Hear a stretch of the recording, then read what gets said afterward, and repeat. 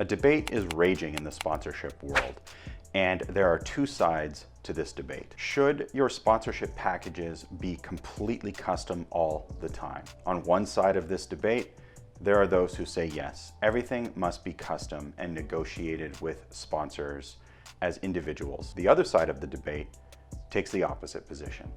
Nothing should be customized.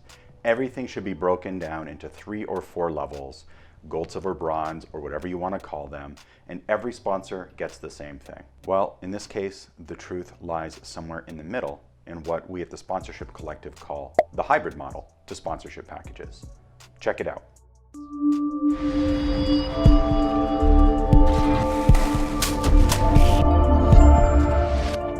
Before we talk about how to use the benefits of both sides of this debate when building sponsorship packages, make sure you hit the subscribe button and the bell icon. And if you like this content, please be sure to hit the thumbs up. There's a great quote by JFK that says something like, "The enemy of truth is not the lie, but the myth." And the myth in this case is that sponsorship packages are required at all in your sales department. You don't need a sponsorship package in order to sell sponsorship.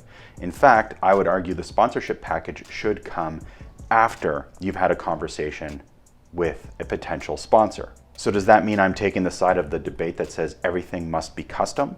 Absolutely not. There is an easier way that lets you customize when necessary, but you also can create pre-existing packages and opportunities, activations, maybe even levels that you can slot into a sponsorship package based on the conversations you've had with your prospect. In other words, the hybrid model is sort of a customize light approach to sponsorship. So first of all, where did this idea of having sponsorship levels even come from? I'm going to ruffle some feathers here when I say it came from the finance department. It's so much easier to plan and budget when you have only 2, 3, or 4 products to sell potential sponsors. In other words, when predicting cash flow, finance people want you to go out and sell 6 bronze, 4 silvers, 2 golds at 3, 5, and 10K, or 50, 100, and 200K. The amounts are irrelevant. While it's true that it makes it easier to plan cash flow, it has no bearing whatsoever on what your potential sponsors are interested in. So how do we create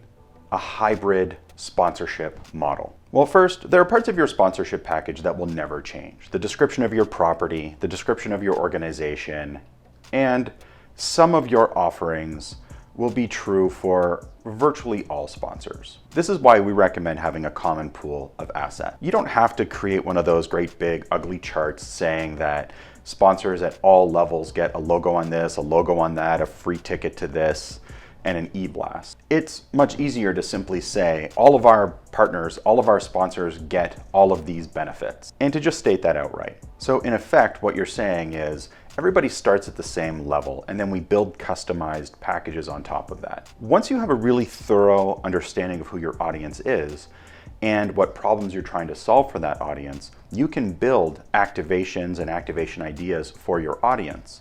You can run them through a valuation calculator or evaluation process.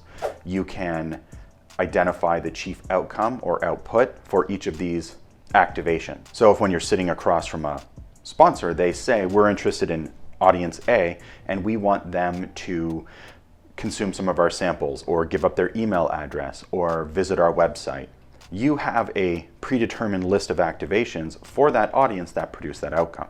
So instead of creating a chart that says gold, silver, bronze and showing all the things you're going to put logos on, instead, you focus your sponsorship package on what matters, which is your audience. If you state from the outset that all of your sponsors get the typical logos on stuff, you don't need to produce a chart or levels. Then using your sponsorship package, your business case, to talk to your prospects and identify which audiences they're interested in and what outcomes they're interested in. Then you can go back to the office and pull from these predetermined activation opportunities, put in your final proposal. To start every conversation with a sponsor from scratch and build your proposal from the ground up takes a lot of work and frankly isn't necessary. To create a stock package that you send to every company in hopes that you have just magically guessed at the assets they're interested in is wasteful and doesn't work. But that doesn't mean that you can't create opportunities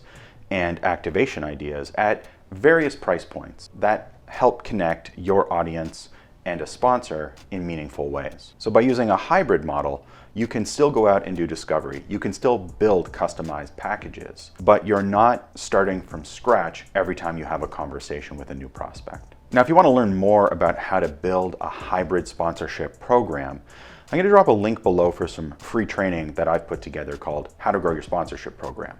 Make sure you check it out.